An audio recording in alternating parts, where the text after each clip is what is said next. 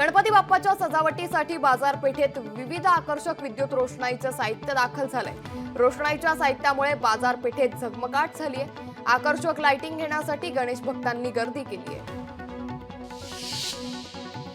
छत्रपती संभाजीनगरमध्ये घाटी रुग्णालयातील स्वतःच्या जागेवर दुसऱ्यांना पैसे देऊन काम करायला लावणं महागात पडलंय। अशा कर्मचाऱ्यांना नोटीस बजावल्या असून त्यांच्यावर शिस्तभंगाची कारवाई केली जाणार आहे।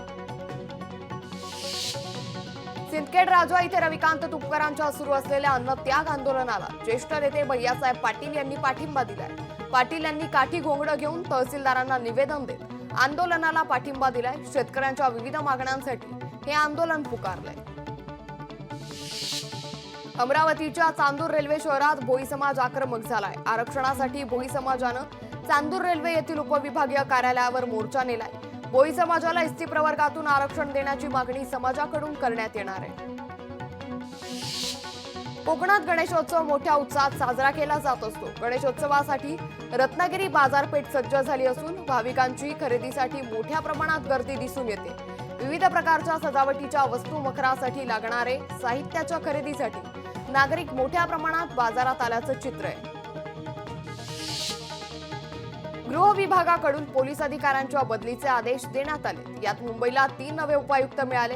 प्रशिक्षण पूर्ण केलेल्या 8 अधिकाऱ्यांना तसंच कनिष्ठ श्रेणीतील 8 भारतीय पोलीस सेवेतील अधिकाऱ्यांना ही नियुक्ती मिळाली आहे। वयोवृद्ध आईचा सांभाळ न करणाऱ्या 3 मुलांसह सुनेला न्यायालयानं चपराक दिली आहे। 3 मुलांसह एका सुनेला प्रत्येकी 20,000 रुपये नुकसान भरपाई म्हणून फिर्यादीला देण्याचे आदेश प्रथम वर्ग न्याय दंडाधिकारी यांनी दिले। सोलापुरातील 11 पैकी 6 विधानसभा जागांवर काँग्रेसनं दावा केलाय। पुण्यातील पक्षाच्या बैठकीत सोलापूर शहराध्यक्षांनी काँग्रेस प्रभारींकडे 6 जागांची मागणी केली आहे।